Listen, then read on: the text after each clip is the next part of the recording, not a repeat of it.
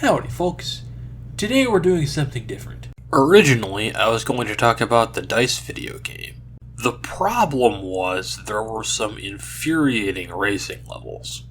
Instead, since no one else seems to be talking about it, I'll be looking at the show itself.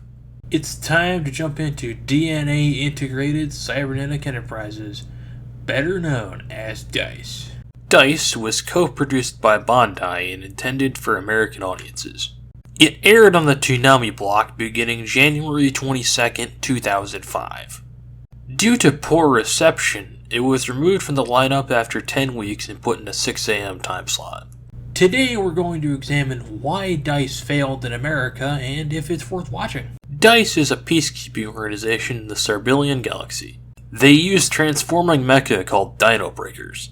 Think Thunderbirds meets Zoids. The show follows Fortress F-99, which is composed entirely of children. There's a lot of apprehension for most clients because of this, but they can get the job done. Our main character is named Jet. I guess they didn't want to go with Ace or Rex. Jet is a reckless hothead. He is joined by Robert, an arrogant young man, Marco, who cracks jokes a lot, and Sam, who is the team's science whiz. Tack is their commanding officer, Marcia is second in command, Puffy is the communications officer, and Chow flies the ship. Out of all the members of DICE we see throughout the series, no female members have Dino Breakers. Plus, Marcia doesn't really do anything. There are 3 sidekick characters: the robots, Gelati and Randolph, and Moke, a furry guinea pig thing that hangs around with Chow.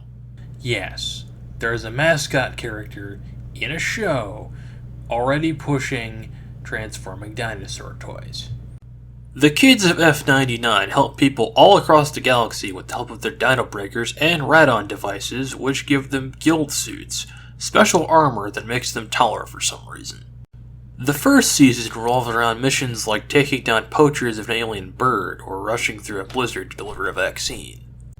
A lot of the time, the plot takes a backseat to a mysterious man named the Phantom Knight. They are terrible at hiding that the Phantom Knight is Jet's older brother. The Phantom Knight is the Poochie of DICE. 1.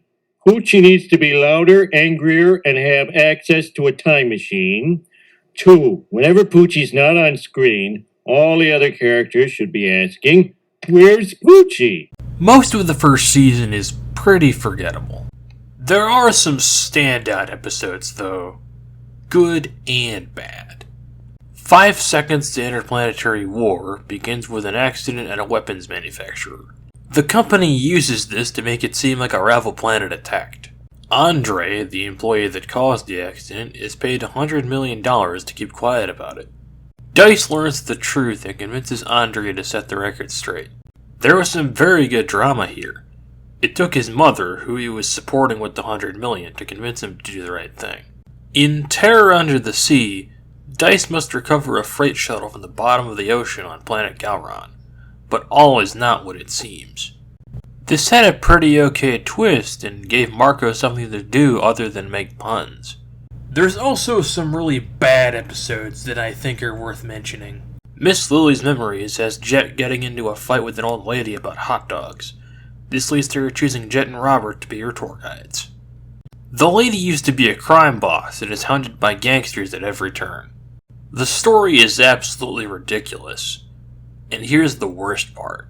Why don't you DICE fellas get up and do something? This'll wake you up!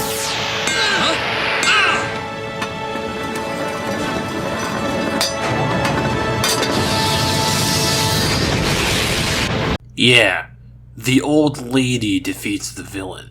In Runaway Train, Jet is on a train that becomes disconnected after a chemical turns the fuel connecting the cars into a solid. Another laughably bad plot. And there's a tag-along kid. Great. The season finale involves the DICE elders trying to get to a parallel universe to obtain eternal life. I don't really care what happens to DICE. You see, at our age, it's hard to care about anything other than ourselves. That explains a lot about modern times. The second season sees F-99 working in the Heron universe. Everyone in the Heron universe is either immortal or has a really long lifespan, so they view life differently. There are no wars, and people rarely get excited over anything. The Phantom Knight is back again and trying to transform his sword into the Malice Sword, which will supposedly bring death and destruction to the Heron universe. In his way are the Immortal Pharaoh and the Heron Knights. The Heron Knights have mechs called Nightbreakers that can transform into mobile suits.